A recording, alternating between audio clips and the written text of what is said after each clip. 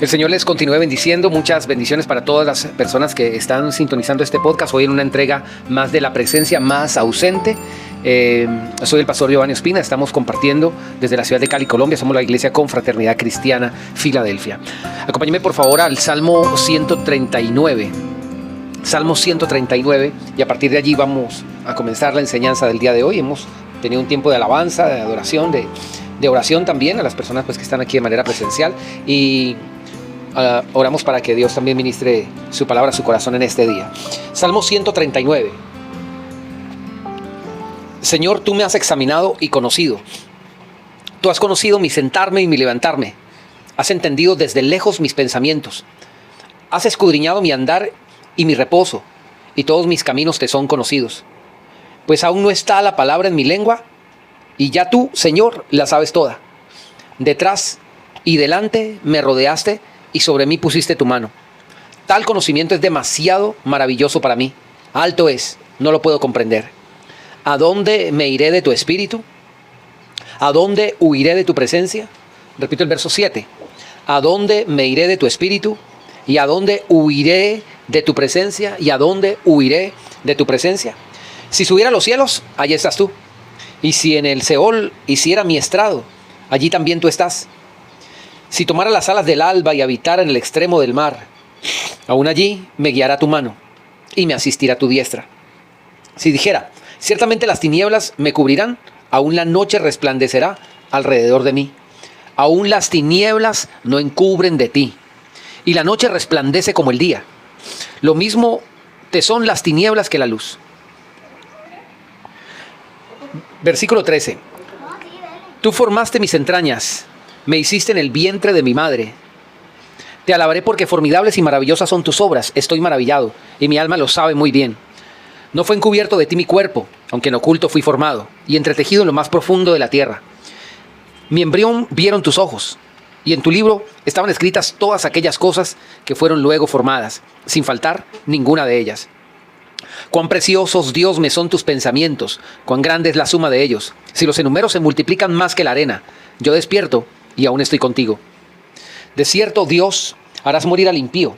Apártense pues de mí, hombres sanguinarios. Blasfemas dicen ellos contra ti. Tus enemigos toman en vano tu nombre. No odio, Señor, a los que te aborrecen, y me enardezco contra tus enemigos. Los aborrezco por completo, los tengo por enemigos. Examíname, Dios, y conoce mi corazón. Pruébame y conoce mis pensamientos.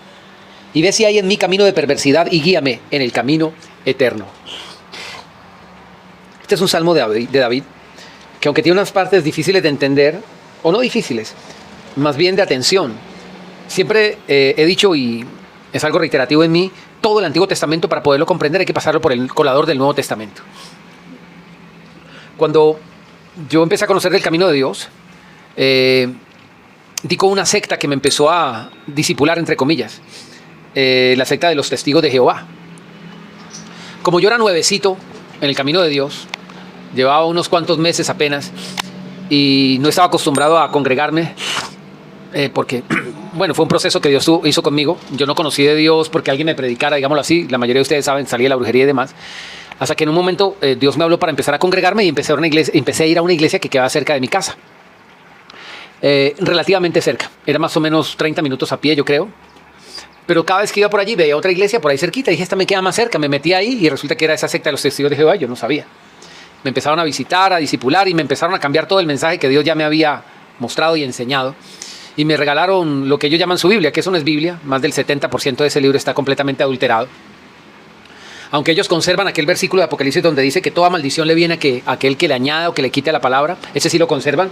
Pero en la introducción a ese libro, ellos mismos dicen que ellos han cambiado algunas cosas. Allí dice literalmente. La versión más alterada y adulterada de las Biblias es esa. Lo que llaman ellos la traducción del Nuevo Siglo.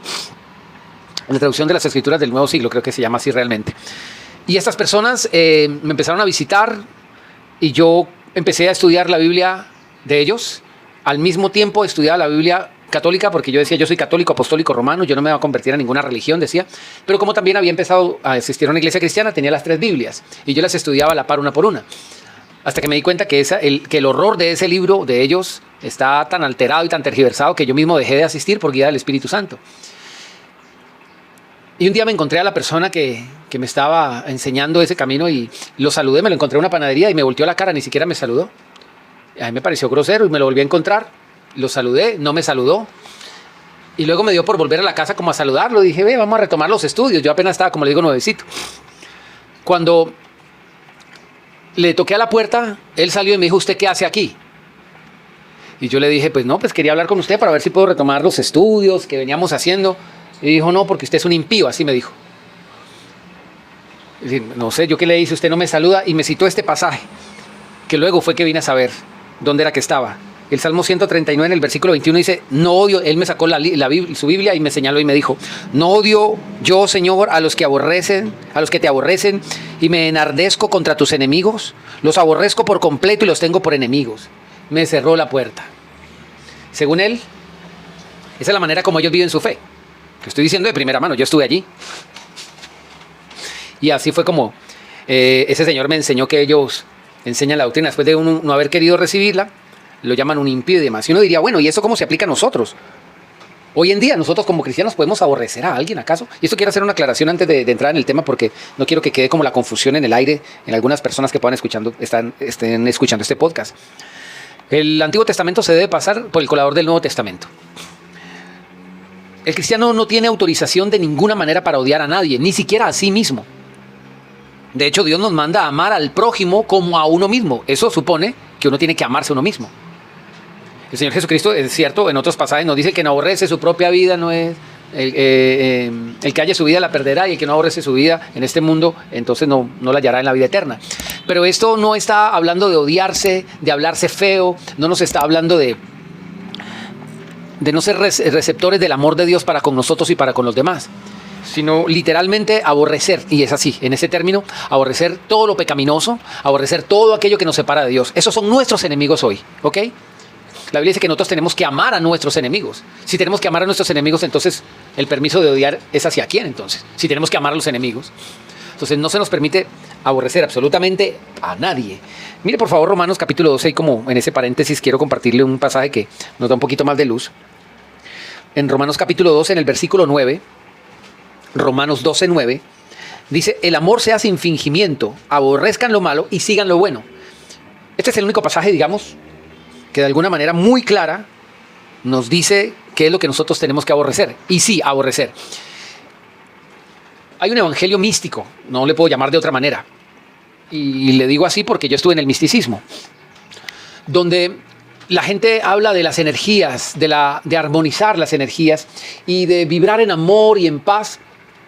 Ellos enseñan que todo tipo de sentimientos negativos nos impiden tener paz, vivir en armonía y en un equilibrio energético. Y no se debe aborrecer absolutamente nada, todo tiene que amar todo lo malo, amar la mano que nos tortura, amar hasta el diablo. Y sabe, eso es una doctrina mística. Nosotros no somos místicos ni nos movemos por energías, ni por equilibrar, ni armonizar energías, eso es místico. La Biblia nos llama a tener carácter y firmeza y determinación en cuanto a aborrecer lo malo. Una persona que no aborrece lo malo está amando entre comillas, de manera fingida. La Biblia dice, su amor sea sin fingimiento. ¿Cuál es el mandamiento que Dios nos dio, el primer mandamiento? Amar al Señor tu Dios con todo tu corazón, con toda tu alma, con toda tu mente y con todas tus fuerzas. Amar al Señor tu Dios con todo tu corazón, con toda tu alma, con toda tu mente, con todas tus fuerzas. Corazón, alma, mente y fuerzas. Para que el amor sea sin fingimiento, hacia Dios principalmente, uno tiene que aborrecer con todo el corazón, con toda el alma, con toda la mente y con todas sus fuerzas todo aquello que es contrario a Dios. Si no, será un amor fingido. Una hipocresía.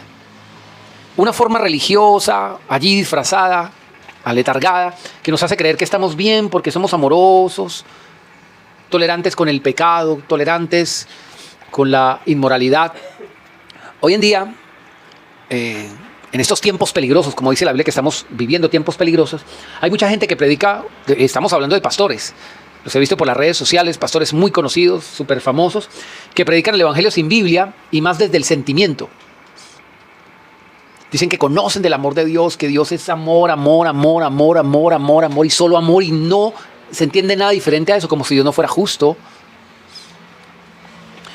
Y recientemente escuchaba a un predicador hablando de una situación, entiendo, sí, compleja respecto a la muerte de una persona, de una trágica muerte de una persona que decía amar a Dios o seguir a Dios. No soy en ninguna manera nadie para estar juzgando. Sin embargo, la Biblia dice que el espiritual juzga todas las cosas, no las personas. Juzga todas las cosas espiritualmente sin que él sea juzgado por nadie. Eso dice 1 Corintios capítulo 2. Entonces sí juzgamos las cosas para saber, obviamente, cómo aplicar la verdad. Si la Biblia dice, por ejemplo, el que anda con necios saldrá mal de todo, el que anda con sabios, sabio será, pero el que anda con necios saldrá mal en todo. Yo, para seguir ese consejo bíblico, para obedecer a Dios, tengo que hacer un juicio espiritual. ¿Cuál es el juicio espiritual? Si la Biblia dice, el que anda con necios saldrá mal de todo, para yo no andar con necios, tengo que saber quién es necio. Tengo que calificar a alguna persona según lo que me muestre la palabra de Dios, que es un necio y que es un sabio, para así saber con quién me junto y con quién no. La Biblia dice, ¿andarán dos juntos si no estuviesen de acuerdo? Entonces, es natural que el necio se relacione con necios porque están de acuerdo, por eso andan juntos. Y como siempre digo, no es con quien yo me junto lo que determina el camino que yo sigo, sino el camino que yo sigo es lo que determina con quién me debo juntar. Y por eso no debo juntarme con necios, porque voy a salir mal de todo, con toda la fe que yo tenga, con todo y que Dios me guarda, Dios me protege. Pero si usted es un necio y se junta con necios, la Biblia le dice que va a salir mal de todo, no se apoya en su propia prudencia. Si usted dice Dios me protege, Dios me guarda, Dios me ampara, Dios es escudo alrededor de mí, mi gloria, el que levanta mi cabeza, Dios me rodea por delante, por detrás, por arriba, por abajo, Él es escudo, Él me libra de todo mal, caerán a mi lado 1000, 10,000 a mi diestra, y usted dice que tiene esa fe, eso es una fe tal vez emocional, solamente emocional y religiosa, si no hace lo que la Biblia dice. La Biblia dice el sabio ve el mal y se esconde. La Biblia no dice que el sabio ve el mal y empieza a decretar que Dios lo protege. Empieza a decretar que Dios lo cubre, empieza a confesar y a declarar que Dios es su amparo y su fortaleza y que no le va a pasar nada. La Biblia dice, el necio pasa y recibe el daño. ¿Por qué? Por necio. Ay, pero yo confesé que Dios me guardaba. No, necio, no. Me gusta andar a 300 kilómetros por hora, pero el Señor me guarda, el Señor me protege. Necio. Te hace estampillar contra la pared, después no pregunte por qué. El necio pasa y recibe el daño. Entonces la fe se basa, ¿por dónde viene la fe? Por el oír la palabra.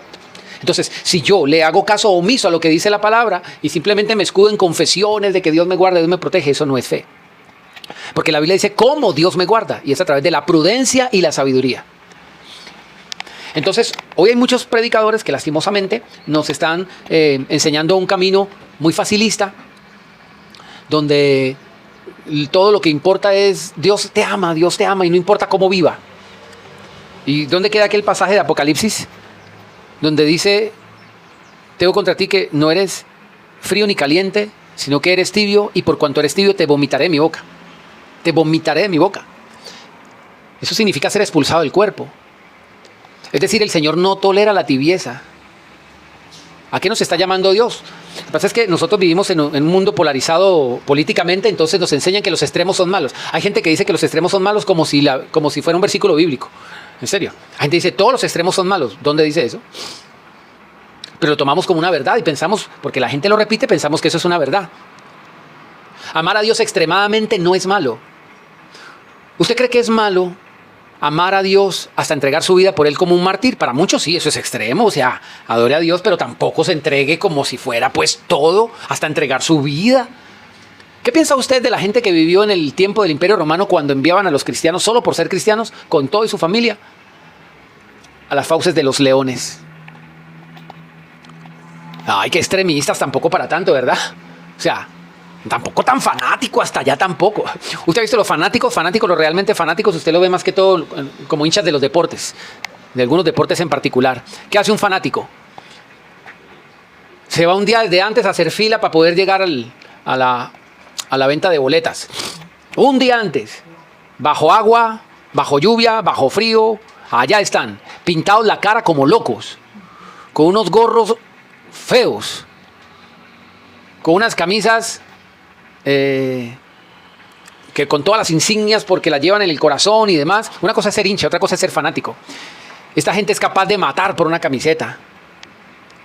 Enajenan su mente, les componen canciones, gritan como locos. Esos son fanáticos porque hacen las cosas sin comprensión y sin entendimiento. A nosotros se nos enseña que eso Eso ya es extremista. Y como todos los extremos son malos, entonces se nos enseña a conformarnos con un nivel de medianía de la fe para no caer en esos excesos que son malos. Entonces vivimos conformes con una vida y una comunión mediana y pensamos que no estamos mal. Al final Dios es amor. En el último momento, ay hombre, Dios es bueno, ¿cómo no se va a compadecer de usted? Dios murió por usted, entonces viva como quiera que en el último momento Dios es amor. Si fuese así, Dios no exigiría santidad. ¿Sabe qué dice la Biblia? Sin santidad nadie verá a Dios. Esos predicadores románticos, emocionales, en medio de un discurso muy emotivo, con una voz quebrada como para ponerte a emocionar, para que tú digas, ¿por qué tío? ¿Cómo van a juzgar esto? Con esto no se meta, esto es muy sagrado. Y hablan así, para meterte un sentimiento y uno dice, y la doctrina. Cuando usted tiene su mente cautiva en la palabra de Dios, usted por dentro está escuchando un personaje de eso y dice, bueno, ¿y ese versículo que dice tal cosa qué? Quítele el romanticismo. Quítele el romanticismo, porque la verdad no es romántica. La verdad no es romántica.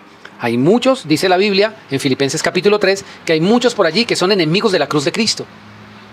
Y esa es nuestra cruz, aborrecer lo que tenemos que aborrecer. Tal vez todo el mundo lo ame porque socialmente es admitido, porque la gente hoy no es tan extremista, por eso los cristianos los aman tanto hoy todo el mundo. Los que mayor los prefiere son los políticos, que aparecen de último momento para aprovecharse. Hoy todo el mundo ama a los cristianos porque son hermosísimos, aplauden todo lo que la gente haga porque ellos son amorosísimos, qué gente tan linda, tan maravillosa. Pero el Señor Jesucristo en Lucas capítulo 6 dijo, ay, cuando todo el mundo hable bien de ustedes. Ay, y los ayes en la Biblia no son muy buenos que digamos. Ay, cuando todo el mundo hable bien de ustedes, porque así hacían con los hipócritas y los profetas falsos. Eso dice el Señor Jesús, Lucas capítulo 6. Entonces, ¿qué hacemos de esto? ¿Un cuadro pesimista, negativo, que moleste a ser cristiano? No, pero hay que ser objetivos y claros, que no nos hagan el camino fácil. El punto aquí es que, sí, dice el Salmo 139, que tenemos que aborrecer a nuestros enemigos. ¿Y cuáles son nuestros enemigos? Aquellos deseos que batallan interiormente en nuestro ser en contra de la pureza, en contra de la santidad, en contra de todo aquello que nos hace más de Dios. Eso literalmente tenemos que aborrecerlo. El amor se hace sin fingimiento, aborrezcan lo malo y sigan lo bueno, dice la Biblia. La única manera de poder realmente amar lo bueno es aborrecer lo malo. Nunca podrás vencer ninguna tentación hasta que no la aborrezcas. De hecho, las tentaciones son la manifestación de algo malo que yo amo. Eso es una tentación. Siempre he puesto el ejemplo de un plato de brócoli. A mí no me gusta, de coliflor. Yo recuerdo aquí nuestra hermanita Estelita un día me mandó un detalle, qué tremendo detalle. A mí me gustan mucho las galletas wafer, se llama. Una marca particular me gusta, la Capri. Y son muy ricas. Y uno se come un paquetico y no es capaz de quedarse con un paquetico. Uno quiere 2, 3 paqueticos ya. Y la otra vez mi hermanita me resultó con un paquete de 24. Y gloria a Dios, el Señor la iluminó. Me encanta, esas galletas me encantan, me fascinan. Si tú amas algo, es muy difícil que le pongas freno. Muy difícil. Muy difícil. Tanto para lo malo como para lo bueno. Yo veo un paquete de esos y créanme, me como 10 de una. 10 paquetes. Me lo acabo en 2 días. Pero obviamente, sé que tengo que cuidarme, tengo que ponerme freno, no puedo exagerarme con el azúcar. No estoy enfermo de nada, gracias a Dios, pero tengo que cuidarme. Eso es lo que llama medicina preventiva, ¿no? Para no terminar haciendo algún daño en mi cuerpo. Y así le prestamos muchísima atención a lo que comemos para no hacernos daño al cuerpo. Y le pregunto, ¿qué tanta atención le ponemos a lo que ingerimos espiritualmente para no hacernos daño a nuestra relación espiritual y a nuestra comunión espiritual? ¿Ve usted con atención especial lo que consume en las redes sociales, en la televisión? ¿Ve usted con atención las palabras que habla o que escucha con sus relaciones de amistad, etcétera, etcétera? ¿Cómo cuidamos nosotros eso? La Biblia dice que hay que aborrecer aquellas cosas que no nos edifican. ¿Ok?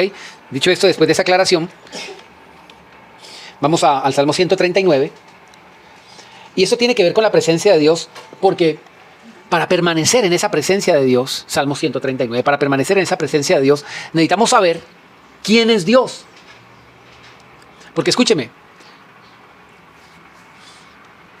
el día de ayer acostumbro, siempre que estoy haciendo algunas tareas o algo, escuchar alabanzas y demás. Y ayer escuché una alabanza, la pongo entre comillas ese nombre de alabanza, que hablaba de una manera tan romántica y tan bonita, y decía, No importa dónde yo ande, Señor, yo sé que tú conmigo estarás. Que tú no me dejarás, tú has prometido estar conmigo. Y en esa alabanza, él le pide perdón a Dios porque sabe que no está bien. Pero yo dije, wow, ¿cómo hemos cambiado el mensaje?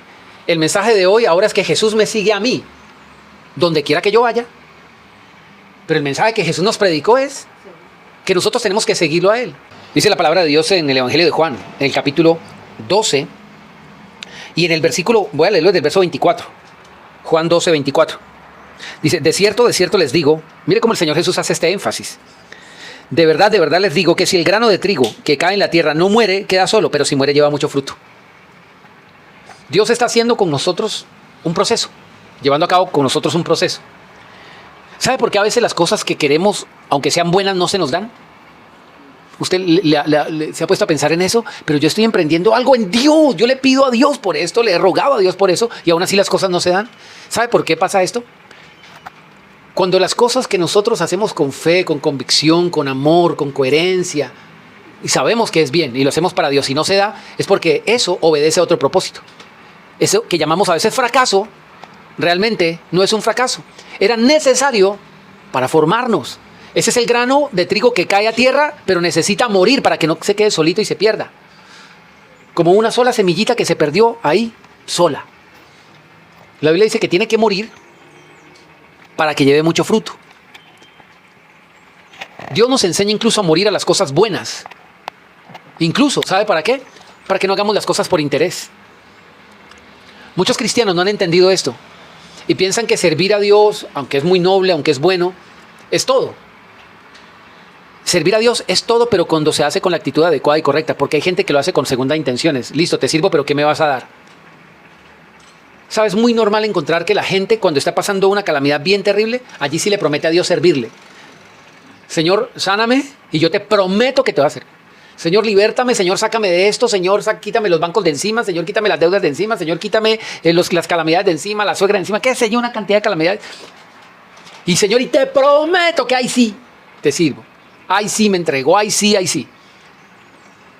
O sea, es un toma y dame. Por eso Dios nos lleva por procesos en los que muchas veces encontramos lo que mucha gente le llamaría como fracaso, para que entendamos que no estamos nosotros por resultados o por recibir beneficios, sino por servir a Dios. Que la satisfacción sea, hice lo correcto. Te honré, Señor, gracias. A pesar de que no se dio tal vez lo que esperaba, gracias. Tú me probaste. Así lo decía el Salmo 139, ¿no? El versículo 23 dice, examíname, Dios, y conoce mi corazón, pruébame y conoce mis pensamientos. Ve si hay en mi camino de perversidad y guíame en el camino eterno. Guíame en el camino. Muéstrame las intenciones de mi corazón para limpiarlas. Sigo leyendo Juan capítulo 12.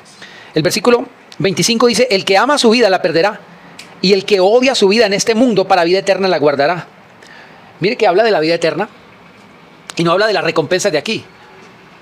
Aquí no nos está diciendo padezca un momento una situación que luego se le va a devolver al doble.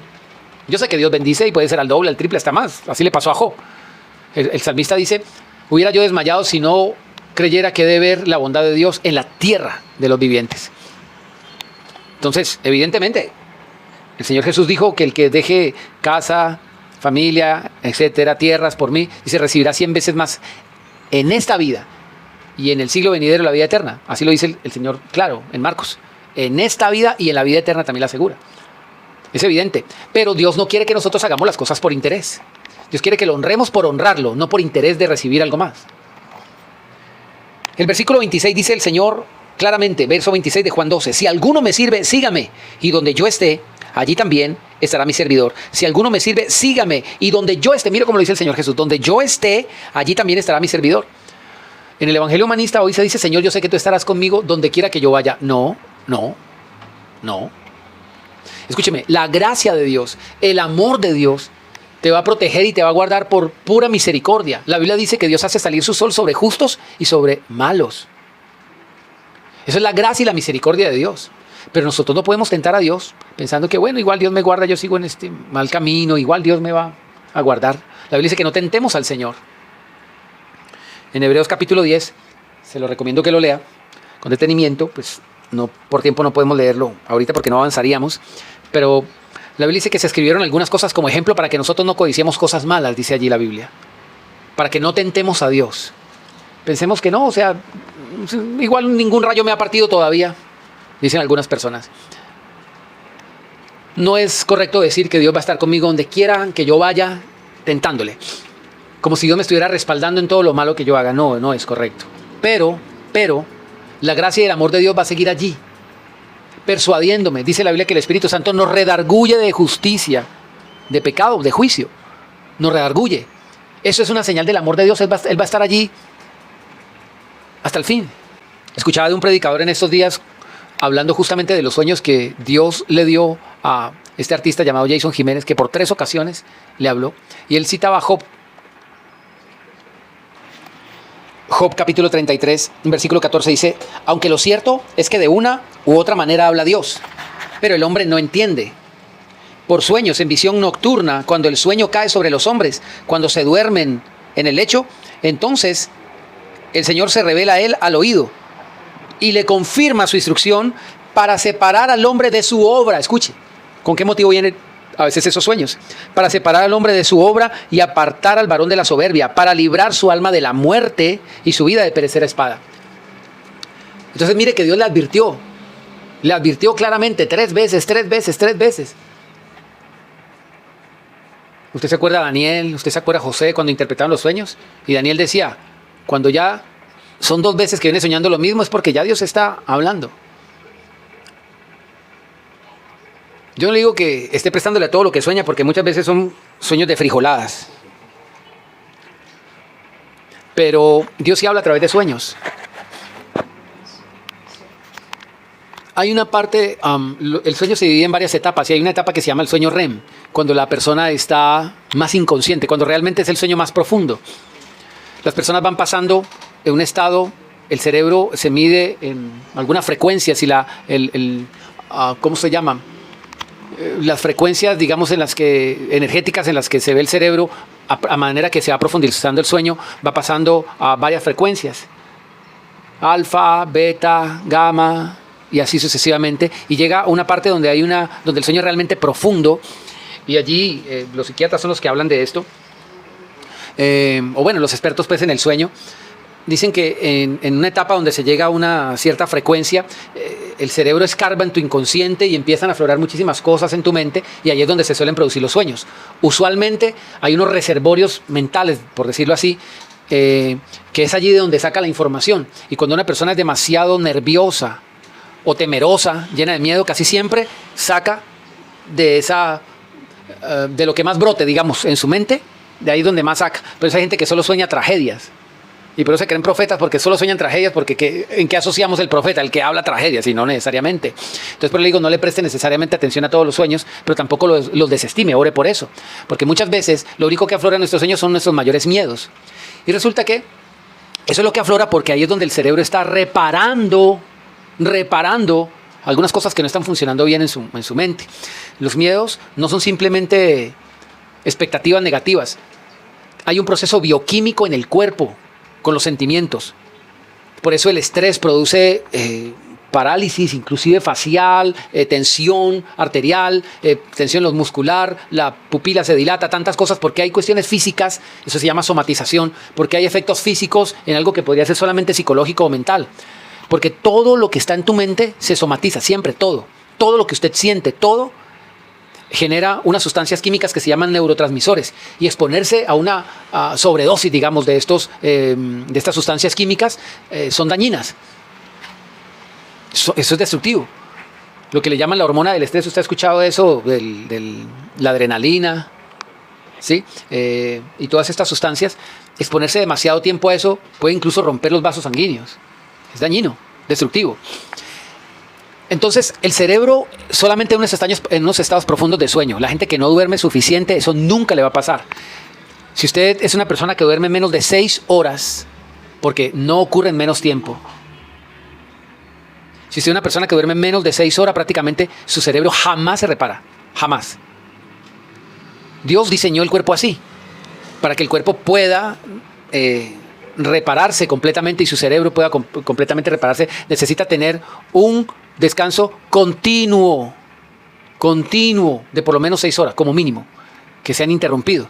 Pero a nosotros nos gusta llenarnos de un tarro de café a las 7 de la noche, porque es mi última comida. Qué rico es el café con pan cuando está lloviendo, ¿verdad? Y nos los tomamos a las 7 de la noche. Media taza de tinto, media taza de café, media taza, estamos hablando de más o menos 125 centímetros cúbicos, demora entre 5 y 6 horas para expulsarse del cuerpo. Si usted se lo toma, y todos sabemos los efectos del café, que incluso las bebidas energéticas llevan cafeína, imagínense. Si usted se lo toma, digamos, a las 7, 8 de la noche, 9 de la noche, haga las cuentas, ¿en cuánto tiempo va a salir eso de su cuerpo? Y usted se toma una tazota y media con un pan de 4000. Unas harinas, usted sabe lo que se demora el proceso de digestión de unas harinas en el organismo. Por eso anteriormente, más que todo en el campo, se cenaba a las 5 y media, 6 de la tarde. Algunas personas lo hacen todavía y debería ser así. La última comida debería ser cuando ya se empieza a oscurecer, a las 6 y pico. Porque las primeras horas del sueño tienen que hacer los procesos digestivos. Pero mientras su cuerpo esté descansando durante 5 o 6 horas y usted haciendo procesos digestivos, le está quitando energía al cerebro para otras actividades que necesita hacer y por eso nunca las hace. Y usted se llena y se acuesta con la vejiga llena, a las 3 horas se levanta. Rompió su ciclo de sueño normal. No es normal levantarse a las 3 de la mañana. Uno se acostumbró y piensa que es así. Es por sus malos hábitos y por su mal ritmo de vida. Eso no es así. No es bueno. Y escúcheme, si el cerebro no se repara, se deteriora, se daña. Escuche, le va a fallar una tuerca después. Haga lo que tiene que hacer. No se llene de agua, no se llene de jugo, no se llene de líquidos, porque si usted toma una sopa, un plato de sopa, a las 7 de la noche, con una jarra de jugo, ¿a dónde cree que eso se va? Entonces, se está dañando su proceso cerebral, su reparación cerebral. Dios ha puesto el cuerpo para que se sane a sí mismo. Pero los químicos que el hombre ha consumido supuestamente como alimentos, no son alimentos, son químicos, están alterando la composición física del hombre. ¿Y sabe qué está dañando? El intestino, la flora intestinal.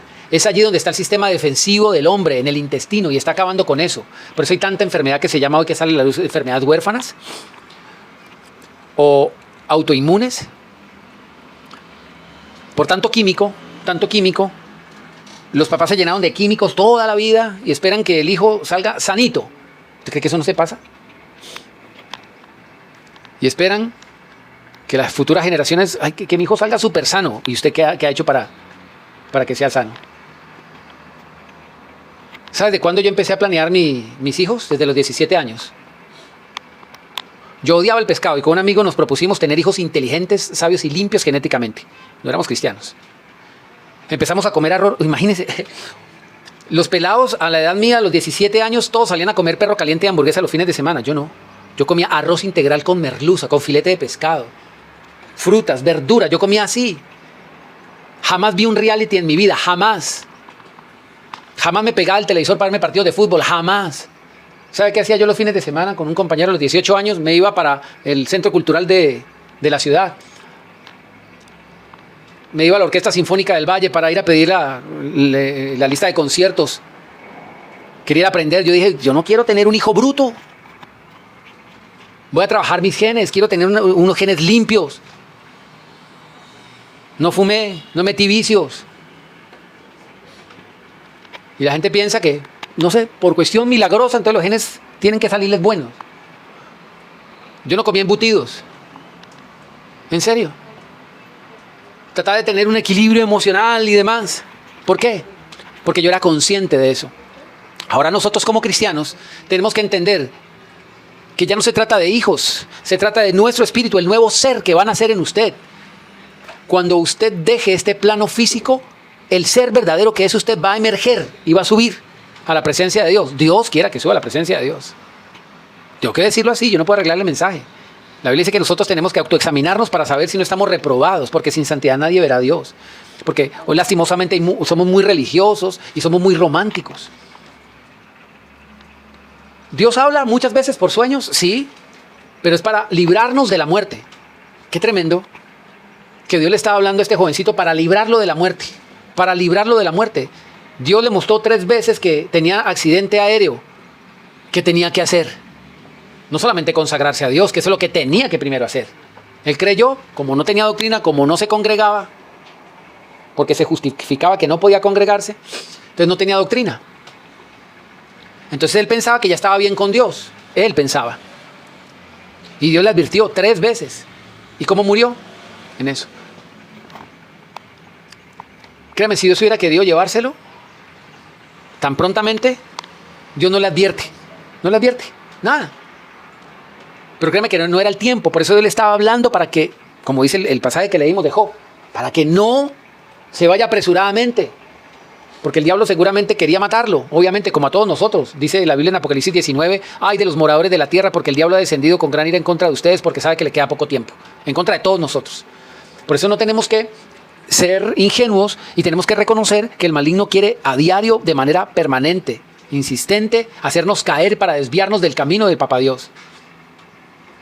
¿Por qué? Porque es una guerra espiritual.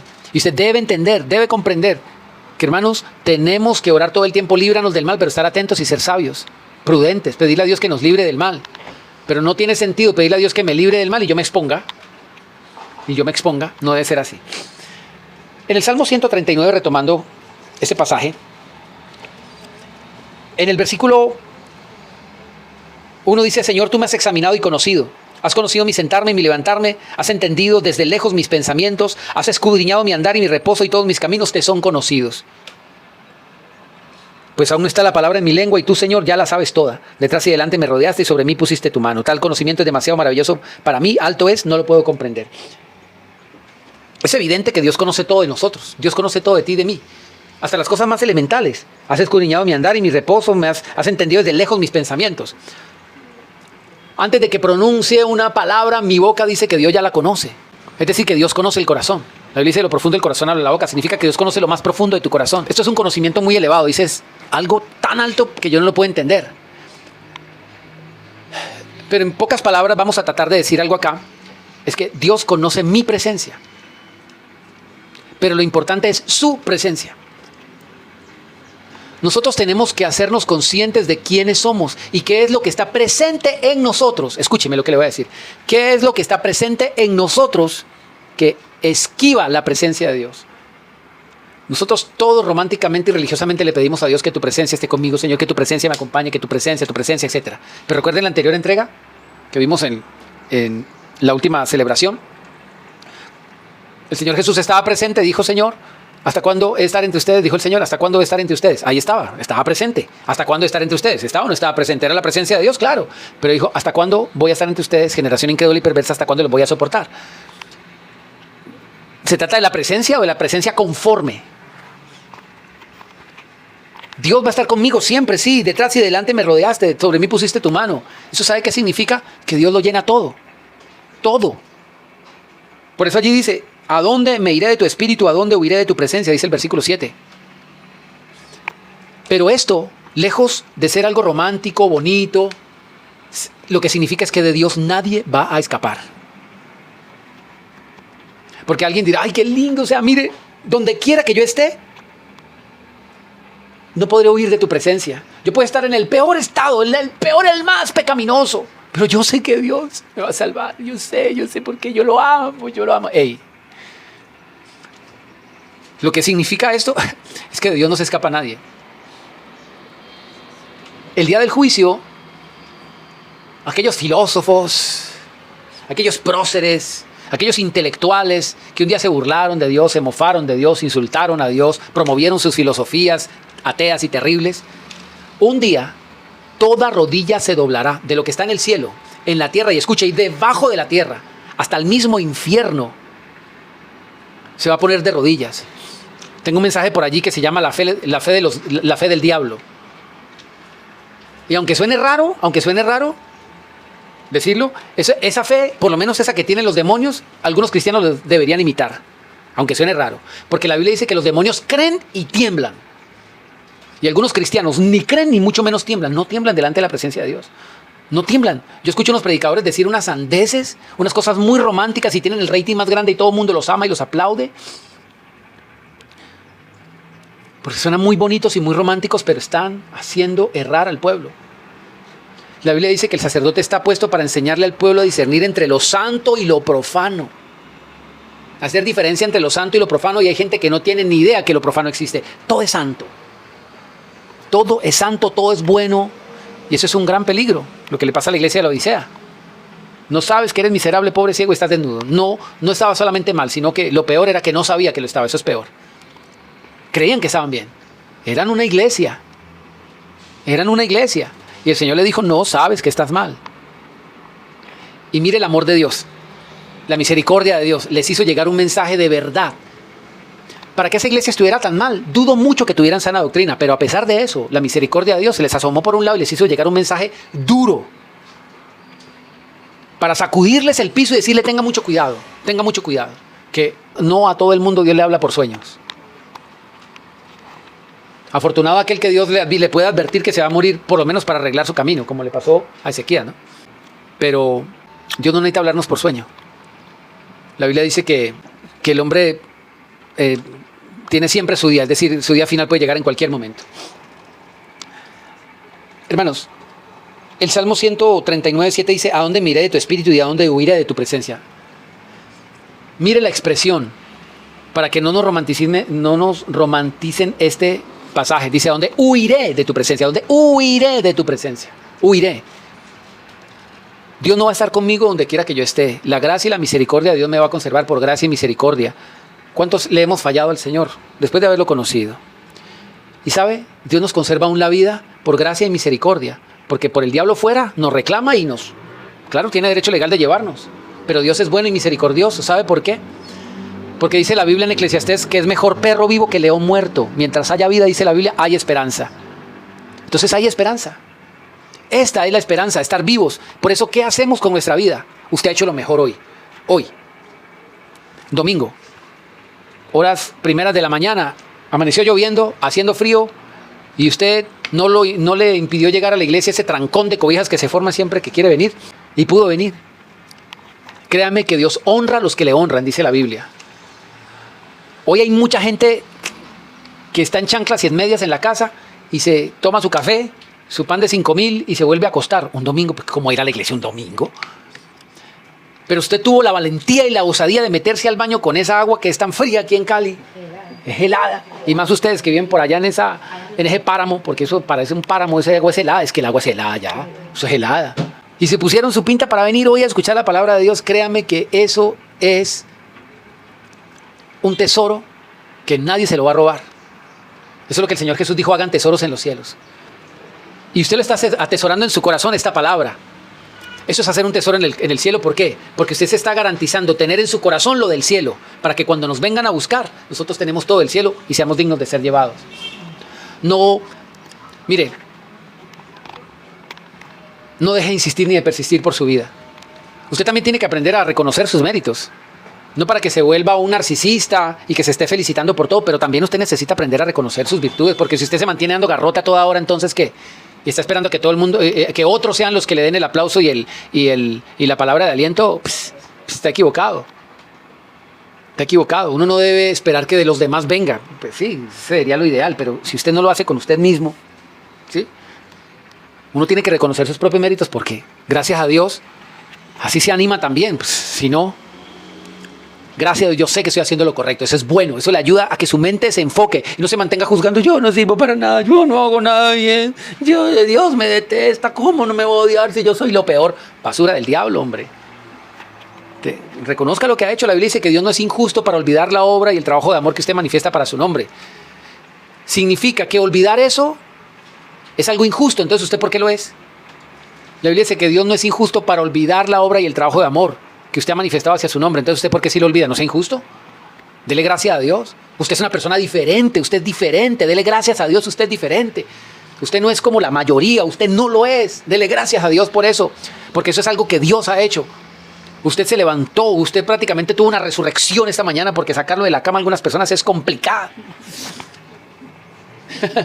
Algunos sí, el Señor tendría que llegar a decirles como a Lázaro, ¿no? Desatarlo y dejarlo ir, porque se enredan en esas mantas que no hay quien se las quite. Y usted lo hizo un domingo, en serio. Hay gente que no lo hace, ni siquiera eso. Hay gente muy facilista, en serio. Usted lo está haciendo. Dele gracias a Dios por eso. Usted es diferente. Llene su corazón de confianza y de tranquilidad. La Biblia dice, con esto finalizamos, en Romanos capítulo 8, versículo 28. Romanos capítulo 8, versículo 28. Sabemos además que a los que amamos a Dios todas las cosas nos ayudan a bien. Estos a los que conforme a su propósito somos llamados. Escuche, a los que antes conoció, también los predestinó para que fueran hechos conforme a la imagen de su Hijo, para que Él sea el primogénito entre muchos hermanos. Y a los que predestinó, a estos también llamó. Escúcheme, ¿sabe por qué usted está hoy aquí? Porque Dios lo llamó. ¿Y sabe por qué Dios lo llamó? Porque usted está predestinado para ser salvo. Por eso usted es diferente. Aunque usted yerre, aunque usted falle, aunque usted se siga dando golpe en la cabeza. ¿Yo por qué todavía? Estamos llamados a ser a la imagen de su Hijo. Estamos en ese proceso, así que no se dé tanto látigo. Dele gracias a Dios porque usted está en el proceso. Dele gracias a Dios. Dios hace diferencia entre los que le sirven y los que no, dice Malaquías. Así que dele gracias a Dios. A los que antes conoció también los predestinó para que fueran hechos conforme a la imagen de su Hijo, para que Él sea el primogénito entre muchos hermanos. Versículo 30, Romanos 8. Y a los que predestinó, a estos también llamó. Y a los que llamó, a estos también justificó. Y a los que justificó, a estos también glorificó. Hemos sido justificados y dice que seremos glorificados. ¿Sabe qué significa? Que la gloria de Dios se va a manifestar en nuestras vidas. Por eso el Señor dice, bienaventurados los que tienen hambre y sed de justicia, bienaventurados, bienaventurados, bienaventurados, porque veremos la gloria de Dios en nuestras vidas. ¿Qué diremos pues a esto? Versículo 31, si Dios es por nosotros, ¿quién contra nosotros? No significa que seamos perfectos, pero eso dice la Biblia, escúcheme, que si Dios está con nosotros, siempre vamos a prevalecer, no importa lo que esté en contra nuestra. Vamos a tener que aborrecer muchas cosas negativas que quieren imponerse en nosotros y hacernos tomar malos hábitos. Pero dice la Biblia que al final nosotros venceremos con la ayuda de Dios. Siga insistiendo, no se rinda. No diga, ay, no, yo ya, porquería que soy, yo ya no voy a ir a esa iglesia, ¿para qué soy hipócrita? Esa es la peor mentira que el diablo le vende a la gente. Porque el diablo no quiere que se exponga la luz, porque entre más luz reciba, más se debilitan las tinieblas. Y la gente dice, no, ay, no, yo estoy intentando cambiar y nada, yo no puedo, yo sigo siendo el mismo. ¿Para qué voy a esa iglesia? ¿Para qué? Soy un hipócrita, malo, hijo del diablo. Me merezco el infierno. Esa no es usted, esa no es su voz. Ese es el diablo que le está hablando para que no persista, no busque lo espiritual. El que siembra para el espíritu cosechará vida y paz. Siga sembrando para el espíritu. El diablo no quiere que lo haga. Siga sembrando, siga sembrando, siga sembrando. Que aunque no vea resultados, la Biblia dice que has sido justificado, serás glorificado. Serás glorificado. Punto. Pare de contar. Al final la historia de tu vida termina muy bien. Si estás leyendo tu vida ahora y piensas que no está nada bien, es solamente un capítulo, pero el final es bueno. Así que no desista. Persista hasta el final, no se rinda. Verso 32, el que no escatimó ni aun a su propio Hijo, sino que lo entregó por todos nosotros, ¿cómo no nos dará también con él todas las cosas? Gracias a Dios porque no tenemos el interés de todas las cosas, sino estar con Él. Pero también vienen todas las cosas. ¿Qué podemos hacer? ¿Qué podemos hacer? No perseguimos todas las cosas, lo perseguimos a Él. No esperemos que Dios nos persiga. ¿A dónde huiré de tu presencia? No. No se trata que Dios me va a justificar todo. David falló. David era un hombre conforme al corazón de Dios, no necesariamente desde antes de haber pecado con Betsabé, sino justamente porque pasó por ese proceso. Aprendió a tener un corazón conforme al corazón de Dios. Entendió que Dios era justo. Él falló. Hizo algo terrible. Terrible. Y Dios no pasó por alto esa falta. El hijo que estaba esperando murió. Dios no nos deja sin castigo porque Dios a quien ama disciplina. Sin embargo, salió bien a pesar de, por la misericordia de Dios. Salió de esa. Probablemente tengamos algunas pérdidas en nuestra mente, en nuestro corazón, en nuestro círculo cercano inclusive. Pero al final, el proceso de Dios termina bien. La historia de tu vida termina bien. Solamente no termine donde Dios apenas comienza, donde Dios está trabajando. Versículo 33. ¿Quién acusará a los escogidos de Dios? Dios es el que justifica. ¿Quién es el que va a condenar? Cristo es el que murió, más aún el que también resucitó y además está a la diestra de Dios, el que también intercede por nosotros. Escuche, intercede por nosotros. O sea que todavía hay razones para juzgarnos. Porque si no, ¿por qué está intercediendo el Señor por nosotros? Porque todavía tenemos faltas, pero dice la Biblia, a pesar de eso, Dios intercede. Pero también, a pesar de eso, dice, ¿quién nos acusará? ¿Sabe quién es el acusador? El diablo. Y nosotros a veces, discúlpenme, nos comportamos como hijos del diablo porque nos acusamos a nosotros mismos o incluso acusamos a otros. ¿Quién nos acusará? Es que tiene razón para acusarse a usted mismo porque mire cómo es usted embarrada. Dice la Biblia que nadie puede acusarnos porque Cristo es el que justifica y Él intercede por mí. Mientras yo quiera, obviamente. Dice la Biblia que el que confiesa su pecado y se aparta alcanza misericordia. Entonces tengamos confianza. No desista. Usted es diferente. Usted no es un mundano. Aunque usted le falle a Dios. Usted no es un mundano. Usted tiene la intención de buscar de Dios. Porque es que nomás dése cuenta. Usted se sigue congregando a pesar de la fuerte palabra que usted recibe aquí. Porque aquí no se le arregla el caminito ni se le pone la vida fácil. Aquí somos conscientes de que nosotros tenemos que rendir cuenta a Dios por cada alma. Y yo prefiero decirle al Señor, Señor, fui fiel predicando tu palabra, ya cada quien verá. Pero usted sigue insistiendo. ¿Sabe cuánta gente cambia de iglesia como si fuera un restaurante? Usted ha ido a esos malls donde hay muchos restaurantes y usted tiene para escoger. Y van 5 de una familia y uno escoge pollo, el otro quiere teriyaki, el otro quiere arroz chino, el otro quiere sushi, el otro quiere quién sabe qué, cada uno escoge lo suyo, la comida a su gusto. Hoy hay iglesias para cada gusto. ¿Y cuánto les ha pasado que en algún momento se van a un restaurante que es muy famoso, muy conocido, muy rico, dicen todo el mundo, y usted prueba y dice, nunca más vuelvo acá? ¿Sí o no? Porque la comida no le gustó. Hay un restaurante súper famoso, súper conocido, y yo un día probé la hamburguesa de ese lugar y dije, jamás en mi vida, nunca, qué cosa tan horrible. Y todo el mundo habla de ese lugar, y a mí no me gustó. Y mucha gente con quien he hablado me dicen que horrible, en serio. Y yo ya sé que por lo menos la hamburguesa de ese lugar jamás me la va a comer, no me gusta. Hay gente que es así. Hay gente que dice en esa iglesia no predican como a mí me gusta, yo allá no vuelvo. Pero a pesar de eso, hay gente, hermano, que persigue la vida. Hay gente que persiste en seguir a Dios y amar al Señor. Persiste. Y a pesar de eso, escúcheme, siguen la palabra de Dios, a pesar de que tal vez no sea tan bonita o tan romantizada como muchos quisieran. Eso significa que usted sigue la vida, hermano.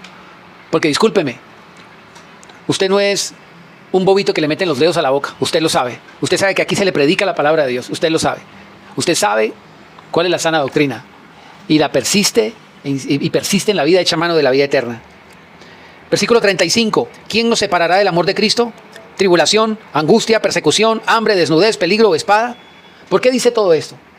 Porque tenemos que pasar esos procesos. Pero sobre todo eso dice la Biblia, nadie nos va a poder separar del amor de Dios. No importa lo que estemos pasando, Dios nos está amando. Y nunca interprete la persecución, la desnudez, la tribulación, la angustia, el hambre, el peligro, la espada, como si Dios no lo amara. Es por el contrario una manifestación del amor de Dios, de sus procesos, que como le dije al principio, tal vez no se dan las cosas como queremos, es porque eso obedece a otro propósito mayor.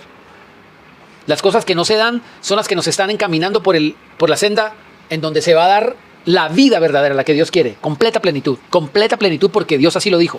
No deje de creerlo. Para Dios no hay nada imposible. Créame, algunas personas dirán, no, pero ya para qué, mire la edad que ya tengo. Vea, yo le digo una cosa, para Dios no hay nada imposible. Si Dios quiere rejuvenecerlo a usted, lo hace, punto.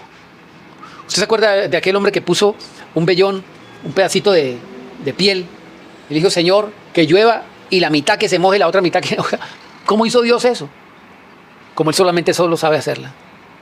Así que nunca deje de creer, nunca deje de insistir y váyase con esto en su mente y en su corazón. Esta pregunta, respóndasela a usted. ¿Quién lo separará del amor de Dios? ¿Quién lo va a separar del amor de Dios? ¿Quién? ¿Hambre? ¿Tribulación? ¿Qué tiene la fuerza suficiente en su vida como para separarlo de Dios? Dios dice que ni el diablo lo puede separar del amor de Dios. Ni el pecado, nada. ¿Por qué? Porque el Señor todavía intercede por nosotros. Dios es bueno y misericordioso. Ya vamos a dar por finalizada esta serie aquí. Solamente quería referirle un pasaje de Jonás capítulo 1 en el versículo 3, de un profeta llamado Jonás. Jonás capítulo 1 verso 3, ya para que usted lo lea en su casa. Dice que este hombre se levantó para huir de la presencia de Dios. Y donde quiera que él iba, algo sencillamente no logró. Y fue huir de la presencia de Dios. Nunca pudo. Por eso el salmista decía, ¿a dónde huiré de tu espíritu? ¿A dónde? No es posible. No se puede huir. No se puede huir de la presencia de Dios. Y si no se puede huir y no se puede escapar, entonces es mejor experimentarla. Es mejor estar. Es mejor estar. Si nadie puede huir de ella, entonces es mejor estar. Hay gente que quiere huir de esa presencia. Esa es la gente que no ha entendido lo que significa. Pero no se puede escapar. Usted determínese a estar en esa presencia, donde no solamente somos tolerados, sino donde realmente nosotros somos plenos en su plenitud. Bendito Dios, gracias, porque a lo largo de esta serie hemos aprendido, Señor, a conocernos y a conocerte. Así como cuando comenzamos esta serie notamos que tú apareciste en medio del huerto del Edén y tú visitaste ese huerto, ese paraíso, Señor, con redención, pero lo único que encontraste fue miedo. Porque la culpa hizo que el hombre encontrase un escondite. Pero hoy no queremos escondernos de tu presencia. No queremos decir, tengo miedo y me escondí. Hoy queremos salir con miedo y todo y decirte, Señor, yo sé que tú intercedes por mí. Todo lo que anhelo es estar contigo. No quiero huir de tu presencia, no quiero esconderme. No quiero que la culpa me haga encontrar un escondite, un buen escondite. Ninguno es bueno. Quiero no tanto que la culpa, sino la responsabilidad de mis fracasos me traigan a tus pies, a los pies de tu cruz, para pedirte perdón y para pedirte tu ayuda. Porque nadie condena, nadie juzga. Antes tú intercedes por mí. Y hoy me siento y me sé amado. Hoy me sé amada. Hoy me sé lleno y llena de tu gracia y de tu favor. Que donde quiera, Señor, que tú estés, allí yo quiero ir, con todo el anhelo de mi corazón. Quiero serte fiel, quiero honrarte. No quiero seguir el aplauso de los hombres. Hoy tu camino ha sido tergiversado, romantizado. Pero con todo nuestro corazón queremos seguirte como tú eres. El camino angosto eres tú. La senda estrecha eres tú. Eres el camino, eres la verdad, eres la vida. Y así te amamos. Muchos te despreciaron al verte en un pesebre porque no creyeron que fueras el Salvador del mundo. Los únicos que pudieron ser salvos fueron aquellos que no te despreciaron y te vieron así como eres y te aceptaron y te amaron. Hoy sabemos que tú también haces lo mismo con nosotros. Nos amas y nos recibes como somos. Claro que quieres mejorarnos, claro que quieres cambiarnos para que seamos conforme a la imagen de tu Hijo. Pero hoy no nos juzgamos a nosotros mismos, no nos condenamos a nosotros mismos. Te recibimos en nuestro corazón y te pedimos, ayúdanos, Señor, a ser transformados y cambiados. Que nada nos haga desistir, porque tú no nos condenas, porque nada nos separa de tu amor. Tú antes intercedes. Como cuando un padre amoroso ve que su hijo ha cometido un error. En vez de censurarlo, de golpearlo, le orienta, le enseña, le guía y le hace ver la realidad para que pueda ser un ser de bien. Así también tú con nosotros. Porque tu palabra dice que si nosotros siendo malos sabemos dar buenas cosas a nuestros hijos, ¿cuánto más tú? Y las mejores cosas que nos has dado, Señor, es la vida, es la salud y es la lucidez y la sabiduría para comprender, Señor, tu palabra y seguir por el poder de tu Espíritu la guía en tu camino de verdad. Gracias, Padre, en el nombre de Jesús. Muchísimas bendiciones para todos. Gracias por apoyar este ministerio de una manera muy sencilla. Usted lo puede hacer principalmente suscribiéndose, seguirnos en las redes sociales, con el único propósito, porque no buscamos seguidores para nosotros mismos, sino para Cristo. Con el único propósito es que los algoritmos puedan reconocer la aceptación de estos mensajes y puedan sugerirlo a otros. Y también usted pueda compartirlos a otros para que puedan muchas personas ser bendecidas con la poderosa palabra de Dios. Muchísimas bendiciones.